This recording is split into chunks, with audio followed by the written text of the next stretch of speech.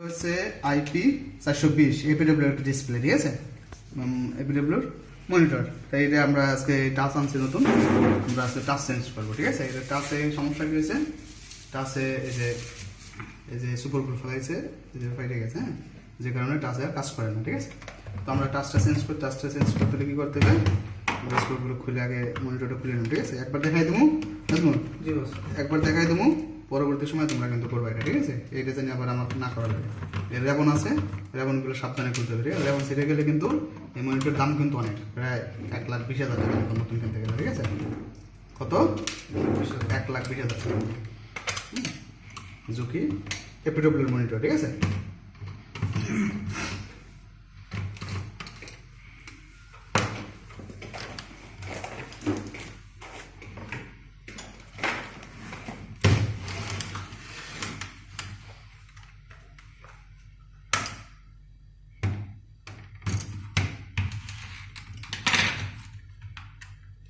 Ini terbawa terus.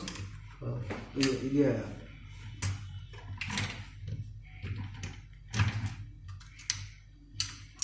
একটু lock আছে, ঠিক আছে। আচ্ছা, তারপর আমরা এই স্ক্রুটা খুলে মানে টোটাল সার্কিটটা খুলে পেলাম, ঠিক আছে। কারণ না খুলে পুরো তো ডিসপ্লে টাচ লাগানো যাবে। হ্যাঁ,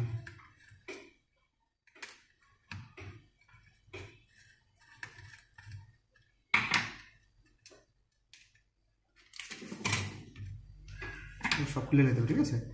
এটা খুলতে হবে, এই লকটা এদিকে এই পাশে, ঠিক আছে, এটা এদিকে, হ্যাঁ। আর এটা কোন দিকে, এটা ওদিকে, এই যে, ঠিক আছে। এটা মানে খুলে গেল, যেমন ধরে খোলার পর আমরা সার্কিটটা আলাদা করে পেলাম, ঠিক আছে। সার্কিট আলাদা করে আমরা টাচটা আগে সেট আপ করতে হবে।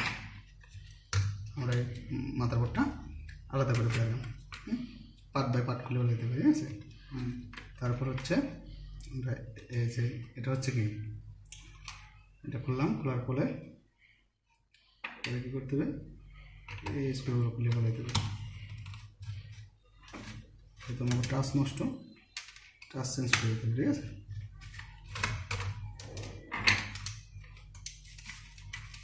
টাচ ড্রেলের দাম কত বস?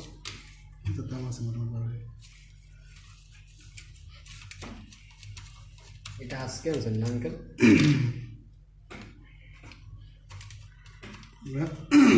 এপিডব্লিউ, এটা কি মেশিনের নাম কি? এপিডব্লিউর মনিটর। হ্যাঁ, খুলে পড়ছে। এখন আমরা এখান থেকে টাচটা আলাদা করে ফেলাম।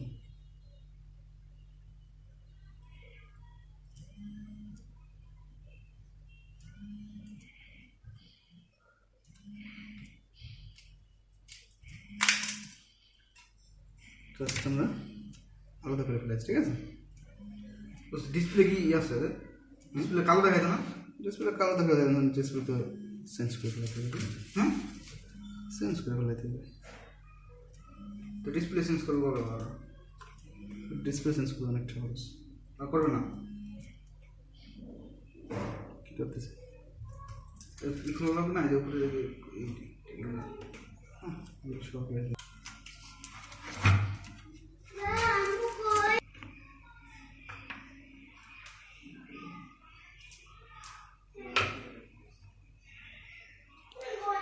এটা আমার লাগবে না বস।